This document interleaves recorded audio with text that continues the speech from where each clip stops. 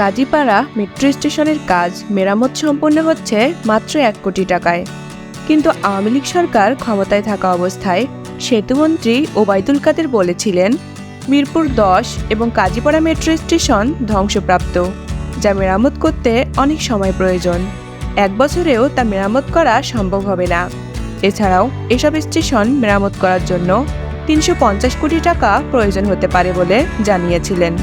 কাজীপাড়া স্টেশনে অবকাঠামোগত যে ক্ষয়ক্ষতি হয়েছে তা পূরণ করার জন্য 100 কোটি টাকা প্রয়োজন হবে বলে জানিয়েছিলেন Dhaka mass transit company limited. বাংলাদেশে কোটা সংস্কার আন্দোলনে হামলায় ক্ষতিগ্রস্ত কাজীপাড়া স্টেশন ও মিরপুর 10 মেরামত করে পুনরায় চালু করতে উদ্যোগ নিয়েছেন সরকার। কাজীপাড়া স্টেশনের কাজ প্রায় শেষের পথে এবং সপ্তাহখানেকের মধ্যেই এটি চালু হওয়ার ঘোষণা হতে পারে। কোটা সংস্কার আন্দোলনে 18 জুলাই মিরপুর 10 স্টেশনের নিচে আগুন দেওয়ার ঘটনা ঘটে পুলিশ বক্সে, যার কারণে বন্ধ করে দেওয়া হয় মেট্রো রেল চলাচল। পরদিন অর্থাৎ 19 জুলাই মিরপুর 10 এবং কাজীপাড়া স্টেশনে হামলা ও ভাঙচুর হয়। তখন একটি তদন্ত কমিটি গঠন করে ক্ষয়ক্ষতির মূল্যায়ন করা হয়। এতে দেখা যায় সবচেয়ে বেশি ক্ষতিগ্রস্ত হয়েছে মিরপুর 10। সেখানে কাউন্টারগুলোতে এবং ভেন্ডিং মেশিনগুলোতে ভাঙচুর করা হয়েছে। আরও ক্ষতিগ্রস্ত হয়েছে 1 ডজনেরও বেশি স্বয়ংক্রিয় দরজা। এর তুলনায় কিছুটা কম ক্ষতি হয়েছে কাজীপাড়া স্টেশনে।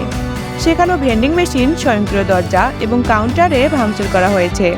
ডিএমডিসিএল এর নবনিযুক্ত ব্যবস্থাপনা পরিচালক মোহাম্মদ আব্দুর রউফ জানিয়েছেন, কাজীপাড়া স্টেশন সংস্কার করতে 100 কোটি নয়, বরং 1 কোটিরও কম টাকা খরচ হবে।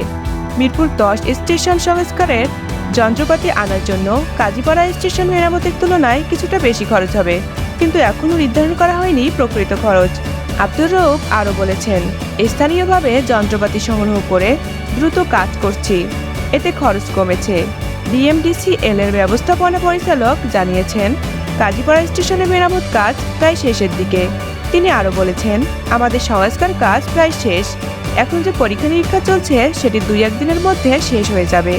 পরীক্ষা নিরীক্ষা শেষে যদি কোনো বড় ত্রুটি পাওয়া না যায়, তাহলে যাত্রীদের যাতায়াতের জন্য কাজীপাড়া মেট্রো রেল স্টেশন খুলে দেওয়া হবে।